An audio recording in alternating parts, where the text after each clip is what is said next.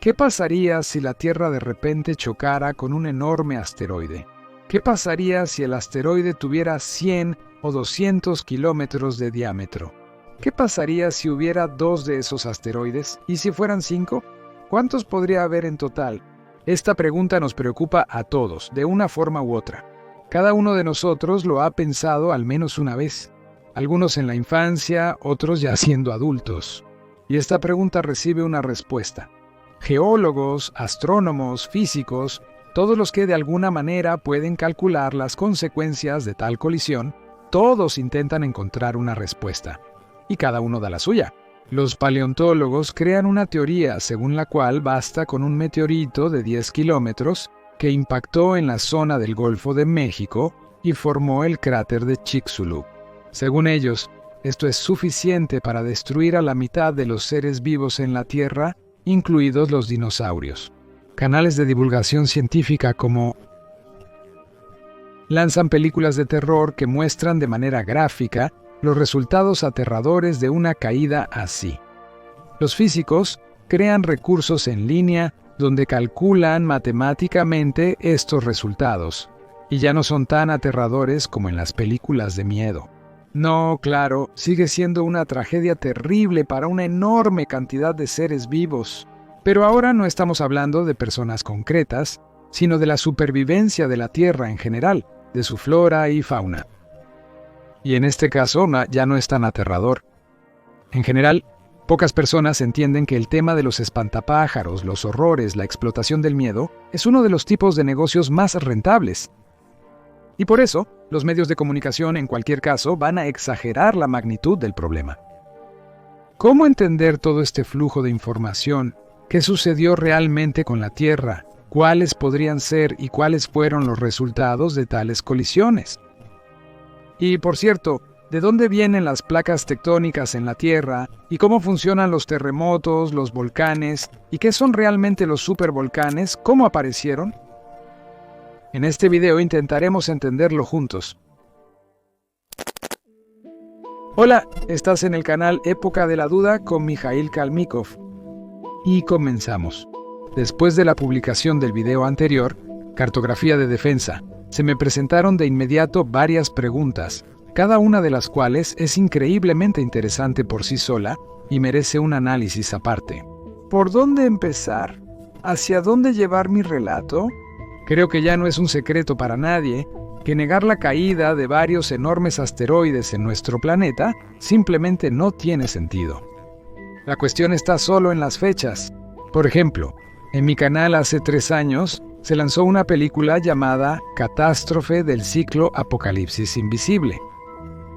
Ahí se cuenta el escenario de la catástrofe y se calculan los tamaños y trayectorias de los asteroides que cayeron. Y no solo en ese video, solo en mi canal hay al menos una decena de esas películas. Y hay muchos otros autores y canales que de una u otra manera notaron rastros de caídas mucho antes que yo. Quizás incluso hace una década. No enumeraré a todos, ya que, de hecho, son casi todos los canales alternativos y autores. Probablemente ya no se pueda encontrar a quien notó todo esto primero. Y tampoco tiene sentido hacerlo. Así que vamos a analizar en detalle la caída de un asteroide hipotético y trataremos de ver las consecuencias para el planeta. Y de paso, los errores y descuidos en las interpretaciones de varios autores. Así que, vamos allá. Primero aclaremos los datos iniciales. En primer lugar, el asteroide mide al menos 100 kilómetros de diámetro. Un gigante así. En segundo lugar, su composición es un núcleo de hierro y piedra aún más grande que un asteroide de arcilla. En tercer lugar, la velocidad de entrada a la atmósfera y el ángulo de inclinación. La velocidad será de 7 kilómetros por segundo o menos, eso es importante. El ángulo de inclinación es muy bajo, de 5 a 15 grados, no más. Ya en esta etapa, hay diferencias significativas con las versiones generalmente aceptadas. El tamaño del bloque es demasiado grande, la velocidad y el ángulo son demasiado pequeños, mucho menores que los de los meteoritos comunes que entran en la atmósfera. Esto no es casualidad. Pero no lo voy a explicar todavía. Porque, de nuevo, en mi canal hay todo un ciclo de videos donde se explica por qué los parámetros son exactamente así y no de otra manera. Si es la primera vez que estás en mi canal, en este momento puedes o creerme en mi palabra, o ver los videos explicativos, o cerrar el video enojado. Y con un grito de ¿qué tontería es esta?, puedes darte de baja. Cualquiera de estas opciones la entiendo. El primer contacto es la entrada a la atmósfera, y así nuestro asteroide se acerca a la Tierra. El primer contacto con las capas densas de la atmósfera ocurre a una altitud de aproximadamente 100 kilómetros, con un ángulo mínimo de inclinación de 5 grados. La distancia que recorrerá el asteroide antes de la colisión será de aproximadamente 1140 kilómetros, o tal vez más. Es decir, esto no será tan rápido como parece.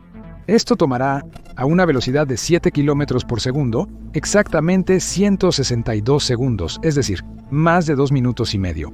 Y todo este tiempo estará ocurriendo el contacto de la atmósfera con la superficie del asteroide y, por supuesto, su calentamiento. Los meteoritos y meteoros comunes en esta etapa simplemente se queman o explotan, pero no en nuestro caso.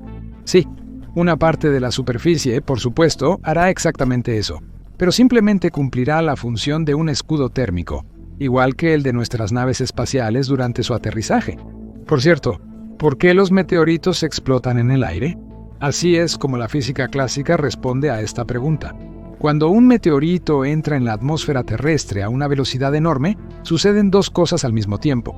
Primero, si es rocoso, el aire, por supuesto, penetra a través de sus poros hacia el interior. En segundo lugar, el meteorito comprime el aire frente a él, mientras que detrás queda una zona de baja presión. Como resultado de la combinación de estos dos factores, el aire que ha penetrado en el meteorito por delante intenta salir por detrás y por los lados, generando una fuerza que lo desgarra en pedazos. Pero cuanto más grande es el meteorito, mayor es la distancia que el aire tiene que recorrer y mayor es la fuerza de resistencia que la roca debe superar. Por eso, esto no aplica a los meteoritos grandes y mucho menos a los asteroides. Lo mismo ocurre con el escudo térmico de las naves espaciales, en las que no hay microgrietas por donde pueda penetrar el aire. El escudo térmico simplemente se quema en la atmósfera sin explotar. Y como la velocidad de combustión total de un asteroide rocoso no es tan alta, para el momento en que entra en contacto con la Tierra, como resultado de la fricción con la atmósfera, se quemará y explotará. Máximo a una profundidad de 1 o 2 metros desde la superficie del asteroide, lo cual, en comparación con su diámetro total de 100.000 metros, estarás de acuerdo, no es nada.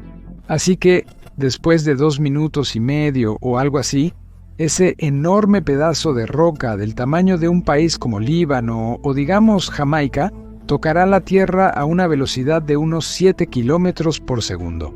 De nuevo, la velocidad no disminuirá debido a la fricción con el aire, ya que la masa del asteroide es enorme y el efecto de frenado por la fricción con la atmósfera en este caso es insignificante. Lo que sirve para frenar pequeñas naves espaciales no sirve en absoluto para frenar enormes rocas del tamaño de un país pequeño. ¿Qué pasará después? Un cálculo profesional y preciso de esto es extremadamente complicado, requiere referencia al terreno y tener en cuenta millones de matices y detalles. Por eso los físicos y divulgadores solo calculan la energía cinética almacenada en este objeto y para comparar, por supuesto, la traducen a la cantidad de bombas nucleares.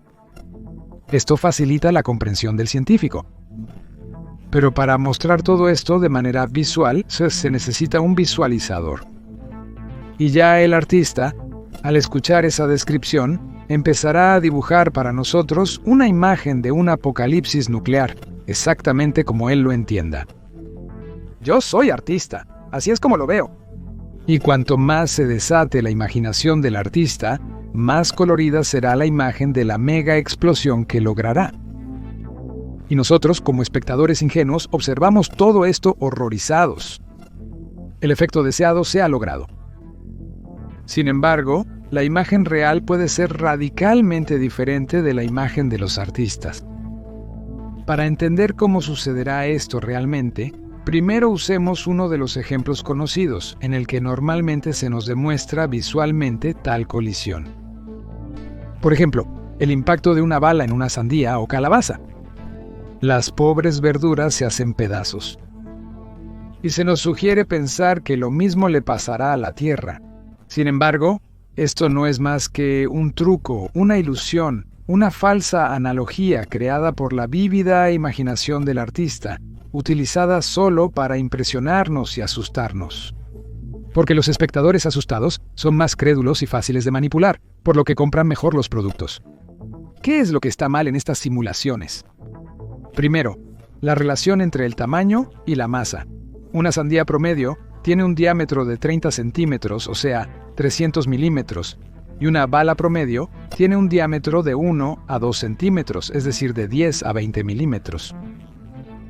La proporción es de 1 a 30 o de 1 a 15. Esto es muy importante, precisamente el coeficiente de proporción, porque de él depende la escalabilidad del modelo visual. Pero el diámetro de la Tierra es de aproximadamente 12.700 kilómetros, y el diámetro de un asteroide es de unos 120.200 kilómetros. Es decir, la proporción es completamente diferente, 1 a 127 o 1 a 63. Es decir, para que la proporción sea correcta, una bala de 2,5 centímetros milímetro de diámetro debe impactar en la sandía. Es decir, si lo comparamos con las cargas de combate existentes, sería como un perdigón número 7 u 8, un solo perdigón, no un paquete como en una escopeta. Ya en este caso entendemos que ni la sandía ni la calabaza nunca van a explotar. Pero eso no es todo. La segunda equivocación es el propio material en el que cae nuestra bolita. Definitivamente no es una sandía. El material, por su densidad, es igual o incluso supera la densidad del asteroide. Miren, la densidad de nuestro asteroide de cálculo es de 1.60 a 2.50 gramos por centímetro cúbico. La densidad de la Tierra, en promedio, es de 5, o sea, es el doble de dura. Bueno, supongamos que el núcleo del asteroide es más denso, y también se puede llevar hasta 5 si es completamente rocoso, o hasta 8 si es de hierro, pero la densidad de la Tierra es exactamente la misma. El núcleo metálico tiene una densidad de aproximadamente 12,5 gramos, y la densidad del manto varía de 3.6 a 5.6 cerca del núcleo. Es decir, en otras palabras, para que el experimento con la sandía sea aún más preciso, nuestra sandía debería ser sólida, metálica, al menos de aluminio, pero en cualquier caso no de biomasa. ¿Notaron cómo de inmediato cambia la percepción? Una bolita metálica cae en una sandía metálica. Ya está claro que no habrá ninguna explosión de la sandía. Pero el engaño no termina ahí. La velocidad y la energía cinética, sí. La velocidad y la masa del objeto son realmente colosales. Pero para representar su colisión a escala, también es necesario escalar las velocidades de la colisión. En los experimentos, normalmente se dispara a una sandía con un rifle o una pistola, y en este caso la velocidad de la bala variará de 500 a 1000 metros por segundo. Pero si llevamos la colisión de un asteroide con la Tierra a la escala de la colisión de una bala con una sandía, nuestra bala, el perdigón, debería volar a una velocidad de aproximadamente 10 centímetros por minuto. Centímetros. Incluso una tortuga se movería más rápido que nuestra bala. Ya está claro que con tal impacto, la Tierra definitivamente no va a explotar ni a desintegrarse.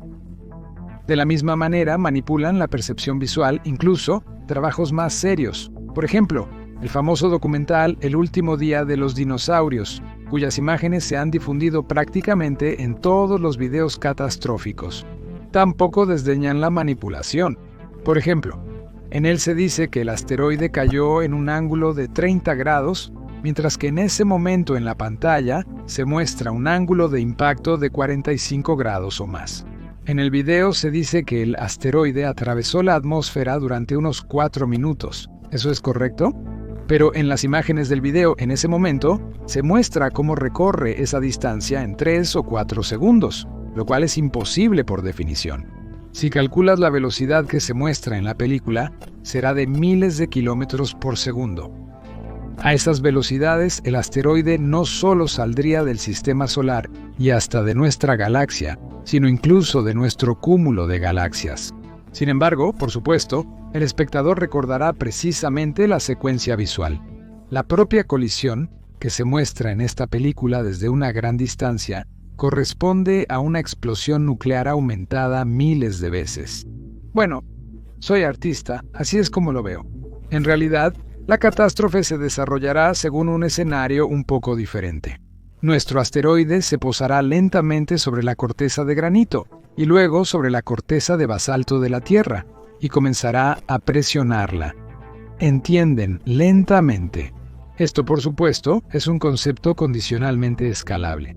Ahora nos desviaremos una vez más para entender cómo debía verse la corteza antes de la colisión y recordaremos nuevamente el video anterior sobre la cartografía de impacto en él.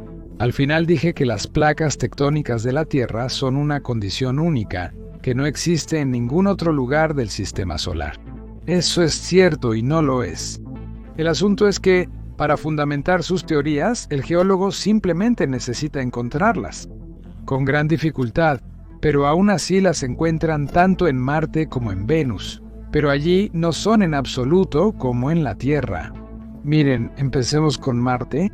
Aquí todo es sencillo, no tiene placas tectónicas, su corteza es monolítica, pero hay fracturas. Se propone considerar que se formaron por las fluctuaciones de temperatura en la superficie. Sin embargo, de manera sorprendente, todas ellas pasan exactamente por los lugares de colisión con un cuerpo cósmico. En otras palabras, si no hubiera habido colisiones, no existirían.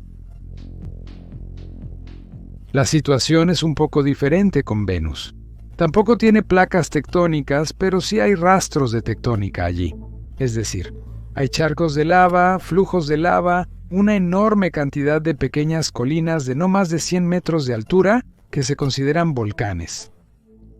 Y también hay áreas de lava solidificada que formaron elevaciones en los bordes del relieve que se consideran placas. Sin embargo, sobre todo se parecen a una superficie de lodo seca y endurecida. Y no es de sorprender si hace algún tiempo toda la superficie de Venus estaba cubierta de magma fundido, entonces al enfriarse es lógico que se formara justamente una superficie así, con filas estrechas de áreas elevadas en forma de montañas. Por cierto, así es exactamente como se ven las montañas en nuestros antiguos mapas. La mayoría de los historiadores las consideran dibujos esquemáticos. Entonces, si miramos a Venus, lo más probable es que así debieron verse los macizos montañosos en prácticamente cualquier planeta al final de su formación, después de que se enfriaran. Y esto, lo más probable, no son placas como tal, sino simplemente zonas de elevación del relieve. Placas, en nuestro entendimiento, que se mueven e interactúan entre sí, no deberían existir. Y no existen. La corteza de un planeta, sin influencia externa, inevitablemente se convertirá en una capa basáltica bastante homogénea, prácticamente con una estructura monocristalina. Los movimientos internos del magma en el manto no deberían afectarla ni, mucho menos, romperla, manifestando vulcanismo exactamente igual que en un huevo. Y por cierto, las proporciones a gran escala son más o menos las mismas. Un interior líquido y una cáscara exterior delgada. Pero si la pinchas con una aguja, se agrietará y se romperá en placas separadas. Eso es exactamente lo que le pasará a nuestro planeta cuando choque con un asteroide. Parte de esa enorme energía cinética acumulada en el asteroide se destinará a romper la corteza terrestre. Pero, por supuesto, no toda. En este momento, muchos investigadores cometen otro error fatal al decir que, durante la colisión, el asteroide rebotará en la corteza terrestre y empezará a saltar sobre ella, o incluso podría regresar al espacio. No, categóricamente no. Eso puede suceder con pequeños meteoritos, con pequeñas sondas espaciales, con cualquier cuerpo pequeño, incluso con un tamaño de 100 metros, tal vez 200. Pero si el diámetro del cuerpo alcanza 1 kilómetro o más, el escenario es completamente diferente. Para que el cuerpo rebote, primero debe disipar su impulso inicial, su vector de movimiento inicial, y luego recibir de la atmósfera o de la corteza terrestre otro impulso, dirigido en sentido contrario, o simplemente dirigido hacia el otro lado. Al mismo tiempo, toda la energía cinética acumulada será transferida a la superficie de la Tierra. Pero en nuestro caso, eso simplemente no es posible. Mientras una parte del asteroide esté en contacto con la Tierra, la otra parte todavía estará en el espacio. La inercia colosal del cuerpo celeste simplemente no tendrá tiempo de disiparse. Por eso, mientras la parte superior del asteroide se derrite, explota y se convierte en polvo y plasma, la parte trasera seguirá empujándola hacia el interior de la corteza terrestre, a una velocidad de 7 kilómetros por segundo. Ninguna explosión, ninguna fuerza podrá superar esta presión y velocidad colosales. Una enorme roca de hierro y piedra aplastará todo a su paso a una velocidad 25.000 veces mayor que la velocidad del sonido. Todo lo que pueda explotar será aplastado en la parte frontal del asteroide y se convertirá en plasma. La explosión simplemente no podrá ocurrir, simplemente no tendrá tiempo. Para cuando la inercia del cuerpo celeste se haya disipado, ya estará bastante profundo bajo la corteza terrestre.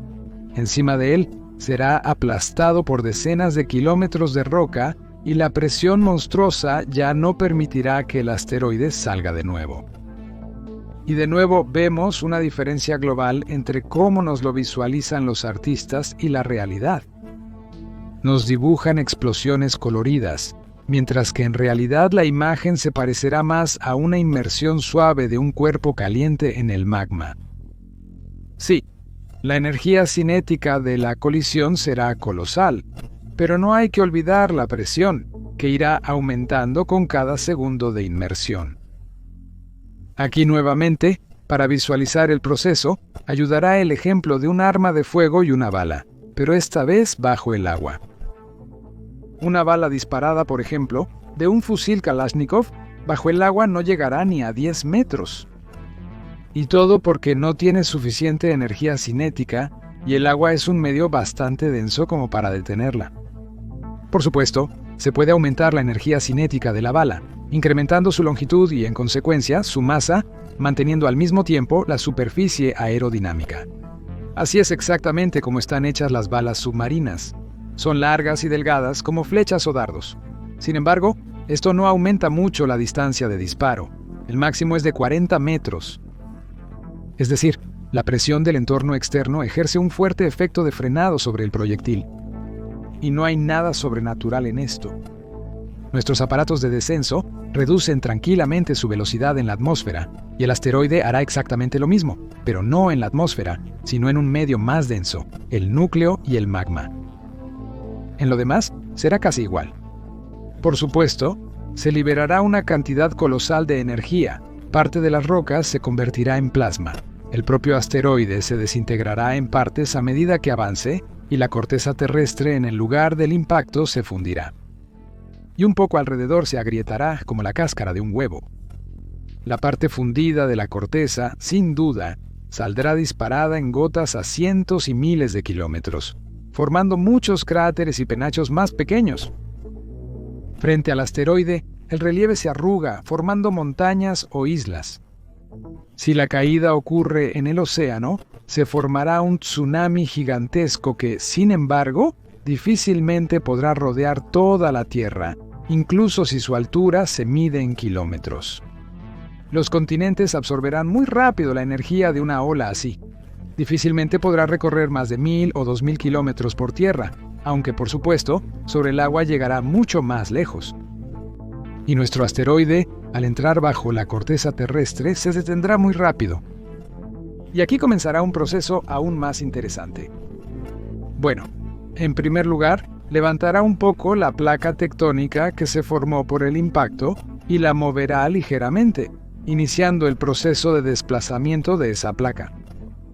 Esto puede explicar perfectamente la discrepancia entre los territorios en los mapas antiguos y los actuales.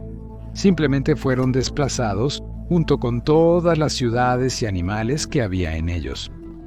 Y en segundo lugar, ¿recuerdan la teoría de Larín, la hipótesis sobre la Tierra originalmente hídrida? Está basada en que del interior de la Tierra se libera hidrógeno en grandes cantidades, principalmente de los volcanes. Y esto continúa hasta la actualidad. Con base en esto, se llegó a la conclusión de que el núcleo de la Tierra no es metálico, sino de hidruro metálico, rodeado por una capa de hidrógeno. Este hidrógeno asciende hacia la superficie y atraviesa la corteza, o bien es expulsado mediante procesos volcánicos. Esta teoría no surgió de la nada. Muchos yacimientos de minerales y de hidrocarburos simplemente no pueden formarse, ya que en la composición del magma y del núcleo simplemente no hay suficiente hidrógeno libre para que aparezcan tales yacimientos. Era necesario explicar de dónde proviene. Sin embargo, la hipótesis de Larín, en mi opinión, no responde a dos preguntas. Primero, ¿cómo se formó el propio núcleo de hidruro metálico? ¿Qué fuerza hizo que el hidrógeno se combinara con el metal bajo presiones tan altas?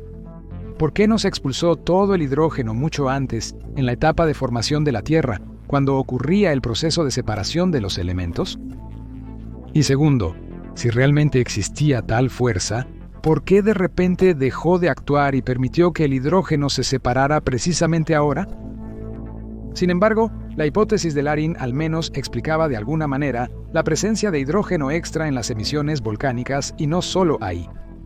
La formación de yacimientos de hidrocarburos y otros minerales antes no era del todo clara, ya que aparentemente no había de dónde pudiera provenir el hidrógeno extra. Sin embargo, de manera mágica aparecía. Bueno, intentemos explicar esto de una manera un poco diferente. Miren, la Tierra está compuesta de diferentes elementos químicos. En nuestro caso, ni siquiera importa de cuáles: silicio, oxígeno, aluminio, hierro y así sucesivamente. Tomemos, por ejemplo, un átomo de silicio, un elemento del tercer periodo. Eso significa que solo tiene 3 niveles de orbitales electrónicos en su estado normal. Pero también existen estados excitados, cuando los electrones pasan de orbitales bajos a otros más altos. Pero ¿cómo y por qué sucede esto? Y todo es sencillo, solo agrégale energía al electrón y pasará a un nivel más alto. Agrégale más y subirá aún más. ¿Cuántos de estos niveles pueden existir en total? Teóricamente, puede haber una cantidad infinita, pero en realidad la cantidad de niveles no es infinita. En la tabla periódica de Mendeleev solo hay 7, y de ellos no es que haya muchos que sean estables. Después del 5.º nivel, aparecen elementos radiactivos que emiten radiación constantemente y que cada vez más quieren dividirse. Los elementos del 7.º nivel viven solo segundos, minutos o incluso fracciones de segundo. Se obtienen, por supuesto, de manera artificial en laboratorios. ¿Por qué estoy contando esto ahora? ¿A qué viene esto? Para el momento en que nuestro asteroide llegue al magma terrestre. Como resultado de la alta velocidad, 7 kilómetros por segundo, la enorme masa, la enorme inercia y la colosal energía cinética acumulada, así como la colosal presión, la zona frontal del asteroide no solo se derretirá, transmitirá esa energía a cada uno de sus átomos, a cada átomo que entre en contacto con la corteza terrestre. Y los electrones de los elementos que se encuentren en el camino recibirán una carga de energía inimaginable y simplemente abandonarán sus órbitas. Más o menos lo mismo sucederá con los núcleos. Recibirán una enorme carga de energía, perderán su estabilidad y se descompondrán en protones individuales. Se formará un plasma de alta energía, que tarde o temprano comenzará a enfriarse. Para ese momento, los enlaces entre protones y electrones ya se habrán perdido. Y el único elemento químico en el que luego podrá reunirse el plasma será el hidrógeno. Para la síntesis de átomos más complejos, simplemente ya no habrá suficiente energía. Entonces, el asteroide se detuvo a una profundidad de, digamos, 100 kilómetros, aunque tal vez menos. Lo más probable es que incluso 50 o 70 kilómetros, justo debajo de la corteza. ¿Qué pasará después? ¿Explotará el planeta desde adentro? Por supuesto, los artistas, emocionados por las analogías sobre millones de bombas atómicas, dibujarán megas explosiones. ¿Y qué esperaban? Soy artista, así es como lo veo. Pero no, la Tierra no va a explotar. Claro, la energía de la colisión es colosal, pero alrededor del asteroide ahora tampoco hay agüita. Ya a una profundidad de solo 50 kilómetros, estará rodeado de magma con una presión de 13.000 atmósferas. Y cuanto más profundo, más presión habrá, en progresión geométrica. Y a una profundidad de 1.000 kilómetros, la presión aumentará hasta 500.000 de atmósferas. De esta manera, nuestro asteroide será detenido y casi toda la energía explosiva restante se dirigirá hacia arriba. Por supuesto, en todo el planeta ocurrirá el golpe hidrodinámico y el sísmico. Sin embargo, la Tierra no se destruirá por eso. Sí, habrá una serie de terremotos muy fuertes. Destruirán ciudades e infraestructura, pero la vida no será aniquilada. Lo más interesante sucederá precisamente en el lugar donde el asteroide se haya detenido bajo la corteza terrestre. En un radio de 1.000 o tal vez incluso 2.000 kilómetros, comenzará el vulcanismo. A través de él se liberará en la superficie esa misma energía cinética acumulada como resultado de la colisión. Pero no toda la energía irá allí de nuevo. La mayor parte de ella será una nube sobrecalentada que comenzará a derretir la corteza terrestre justo encima de sí misma. El magma se acercará bastante a la superficie y tal vez incluso salga al exterior. Así es exactamente como se forman las regiones de Trapp, que erróneamente consideramos supervolcanes. En realidad, no hay ningún indicio de que la corteza terrestre en un radio de miles de kilómetros se convierta por sí sola en un supervolcán, salvo una excepción. Una liberación repentina de una enorme masa de magma sobrecalentada que fundió la corteza sobre sí misma y se acercó a la superficie. Ninguna presión terrestre podrá lograr algo así. Pero una zona de magma calentada a temperaturas críticas, que queda después de una colisión con un asteroide, puede lograrlo perfectamente. Y de paso, también explica un fenómeno como el supervolcán. Eso es fácil de verificar. Vamos a hacer un breve repaso por los supervolcanes de la Tierra. Afortunadamente no hay tantos supervolcanes de la Tierra.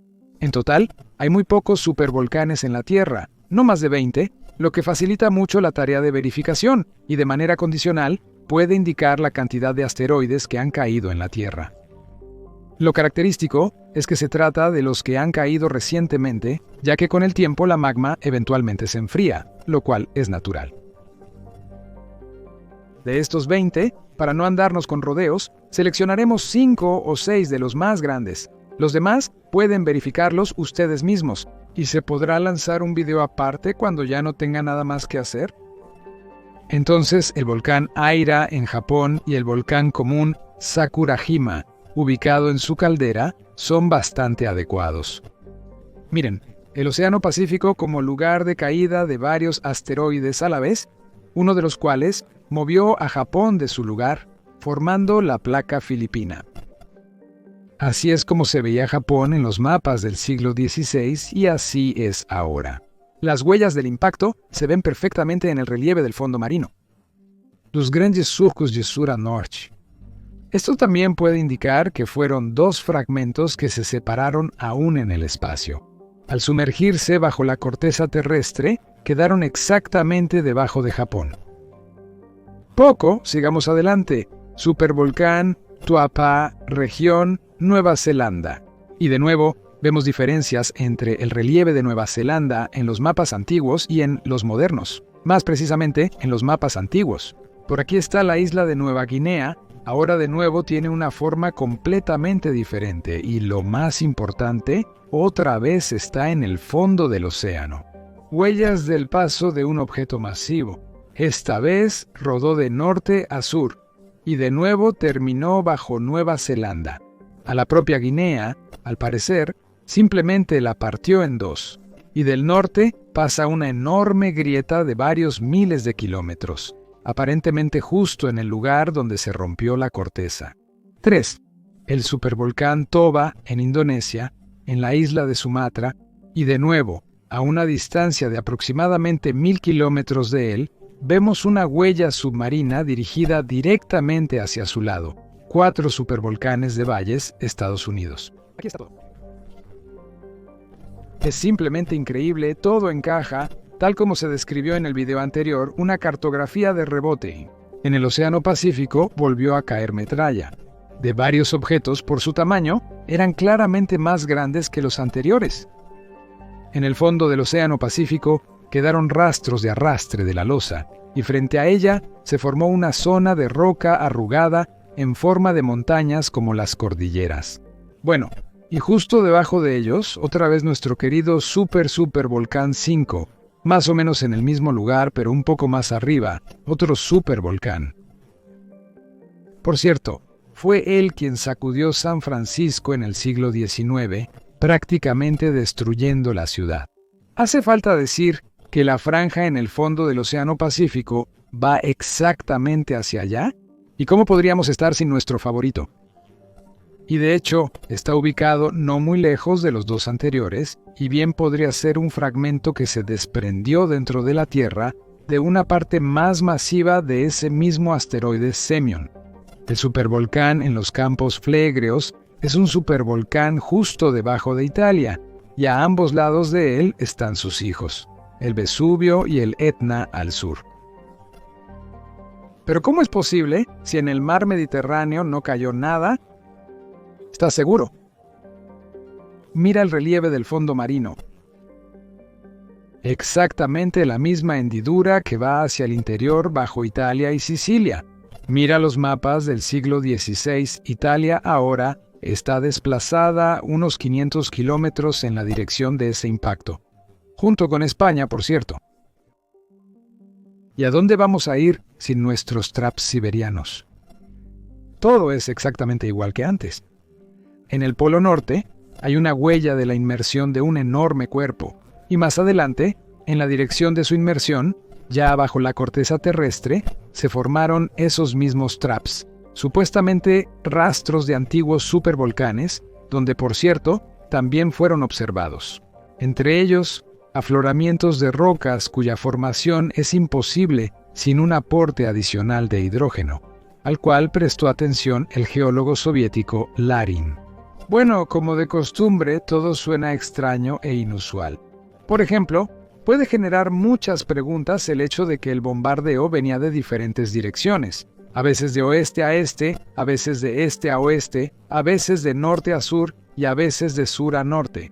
Y a menudo, las bombas podían caer desde direcciones opuestas, casi al mismo tiempo, y por alguna razón en la misma zona del planeta, el Océano Pacífico. No está claro por qué tomé como base una velocidad de colisión tan pequeña, según los estándares cósmicos, por qué un ángulo tan pequeño y otras cosas así. Probablemente mis espectadores habituales recuerdan el video que publiqué hace 3 años. Se llama Catástrofe y da una explicación a esto. Luego hubo toda una serie que explicaba en detalle casi cada aspecto, pero si les da flojera ver mis videos desde el principio, les explico brevemente. En primer lugar, la caída de un asteroide en cualquier planeta, no solo en la Tierra, es un evento casi increíblemente improbable. Igualmente improbable es la captura gravitacional. Para que esto ocurra, primero deben coincidir las velocidades del asteroide y del planeta.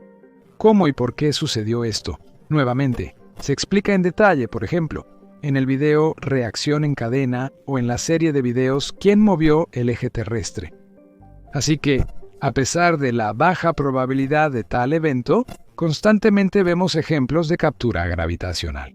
Por eso consideraré este como el escenario más probable en el que un asteroide o varios asteroides ocupan una órbita inestable, descendiendo gradualmente y perdiendo parte de su masa, la cual luego se deposita suavemente en la Tierra en forma de una nube de arena y arcilla. Al final, el asteroide se rompía en varias partes y cada una de ellas recibía un impulso en una dirección, conservando las características generales de la órbita. De esta manera, descendían casi al mismo tiempo y casi simultáneamente entraban en la atmósfera de la Tierra. Pero gracias al impulso lateral de la explosión, entraban desde diferentes lados. Exactamente. Lo mismo, por cierto, sucede, por ejemplo, con la posición de los satélites de Elon Musk. Todos tienen exactamente la misma órbita, pero gracias al desplazamiento lateral, cubren toda la Tierra con una red uniforme. Así tal vez aparecieron en la Tierra las placas tectónicas, que hasta el día de hoy nos traen muchos problemas con sus movimientos incomprensibles. Por cierto, ¿por qué se mueven en realidad? ¿Por qué no adquieren estabilidad y no vuelven a fusionarse en una sola corteza planetaria continua? Y en esto también tienen la culpa los asteroides, pero no los que chocaron con la Tierra, sino los que quedaron en una órbita estable y formaron nuestro satélite, la Luna. Sobre esto se habló con más detalle, nuevamente, hace 1 año y medio en un video aparte. Así se llama, Luna. Y gracias a la Luna, el centro de masas de la Tierra está desplazado y se encuentra a una profundidad de aproximadamente 1.700 kilómetros bajo la superficie de la Tierra. Gracias a esto, la Tierra no gira alrededor de su propio eje, sino alrededor de este centro de masas, y este movimiento como que tambalea al planeta.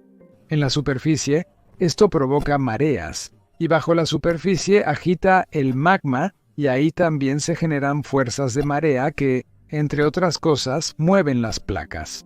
Calcular este tipo de movimiento es sumamente complicado, ya que es inestable y depende mucho, por ejemplo, de la fase de la Luna, de su posición respecto al Sol, e incluso de la posición de otros planetas en el sistema solar. Hola, astrólogos. Estas olas a veces se debilitan, a veces se intensifican, a veces resuenan entre sí, multiplicándose muchas veces y provocando así terremotos y erupciones volcánicas. Eso es casi todo. Pero hay otra pregunta muy interesante. ¿Y qué pasa con el desierto de Taklamakan? Allí claramente cayó algo gigantesco, que formó el Himalaya y el Pamir, que volcó el antiguo y enorme mar Caspio hacia Europa, que formó los lagos Balhash e Isyk-Kul, probablemente desplazó la India y redujo el tamaño del Golfo Pérsico. ¿Dónde está su supervolcán? Bueno, vamos por partes. Primero, en los videos del año pasado, determinamos con bastante precisión la fecha de la caída de este asteroide. Es aproximadamente el año 1730, más o menos 5 años. Es decir, este es el asteroide más reciente, el más nuevo. En segundo lugar, según la magnitud del desplazamiento de la corteza que provocó, fue uno de los más grandes, bastante comparable con los que arrasaron América y formaron. ¿Y la forma del cráter? Sí, la Macan habla de un ángulo de caída bastante pronunciado. Bueno, es decir, no son 5 grados a los que estamos acostumbrados, sino unos 15 grados, 15, tal vez hasta 20, quizás incluso 30, lo que significa que penetró bastante profundo. Así que, con razón, quizás incluso 30, lo que significa que penetró bastante profundo. De este modo, es bastante razonable suponer que el magma, sobrecalentado y de altísima temperatura, apenas está fundiendo la corteza terrestre sobre sí mismo, abriéndose camino hacia la superficie. Y, lo más probable, el nacimiento de los volcanes creados por este asteroide aún está por venir. Pero los elementos más ligeros, los gases, el sulfuro de hidrógeno, el radón, simplemente el hidrógeno, ya han llegado al Cáucaso y al Mar Negro. Allí se ha formado todo un mar submarino de sulfuro de hidrógeno. Y en el Cáucaso, alegremente y con energía, brotan fuentes geotermales ricas en radón. Así que ya es evidente la región donde asciende el magma. Y sí, el terremoto en Turquía también es consecuencia de que el magma está abriéndose camino hacia la superficie. Así que en el futuro aparecerá un supervolcán en esta región. Y si esto es así, este evento nos permitirá calcular la velocidad con la que el magma funde la roca sobre sí mismo y podremos calcular las fechas de la caída de los demás. Así que todos los asteroides están justo debajo de nuestros pies, en forma de volcanes y supervolcanes. Bueno, casi. Pero la separación por masa y temperatura nadie la ha cancelado. Por supuesto, Los gases más ligeros y calientes, principalmente el hidrógeno, comenzaron a abrirse paso y a derretir su camino hacia la superficie, formando compuestos más complejos en el proceso, como burbujas de aire en el agua. Subieron muy rápido y formaron compuestos de sulfuro, de hidrógeno, hidrocarburos e incluso agua, y así aparecieron los yacimientos de gas y petróleo. Y los elementos más pesados y calentados al límite, como el silicio y el carbono, suben a la superficie mucho más lentamente, y este proceso, al parecer, toma siglos. Pero los elementos aún más pesados, es decir, los metales, ya no pueden subir a la superficie, y después de igualarse las temperaturas, descienden al fondo hacia el núcleo metálico, con el cual finalmente se fusionan en uno solo.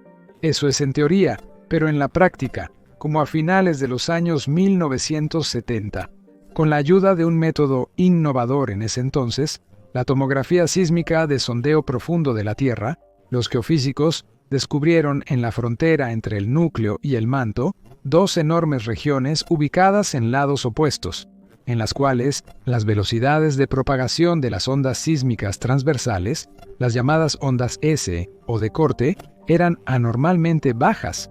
Estas regiones fueron llamadas... Una de estas regiones está principalmente bajo África, la otra en el Océano Pacífico. Los científicos hasta el día de hoy luchan por explicar el misterio de la aparición de estas regiones. Una de las teorías principales en este momento dice que estos son los restos de la antigua protoplaneta Theia, con la que nuestra Tierra chocó, formando posteriormente la Luna. Es decir, en otras palabras, incluso según la opinión de los científicos oficiales, esto no es otra cosa que restos metálicos de otro objeto cósmico que descendieron hasta el núcleo. Ellos, los científicos, simplemente los unieron todos en uno y los retrocedieron 4.000 millones de años en el tiempo. Continuará.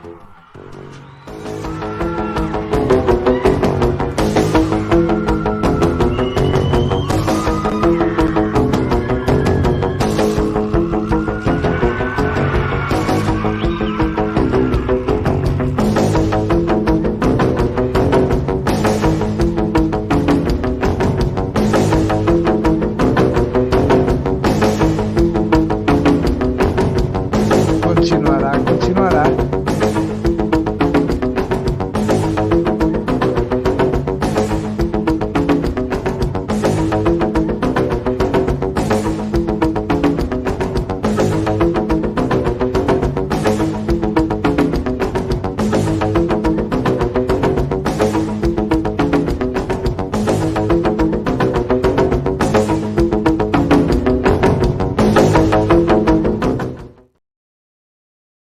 Subtítulos creados por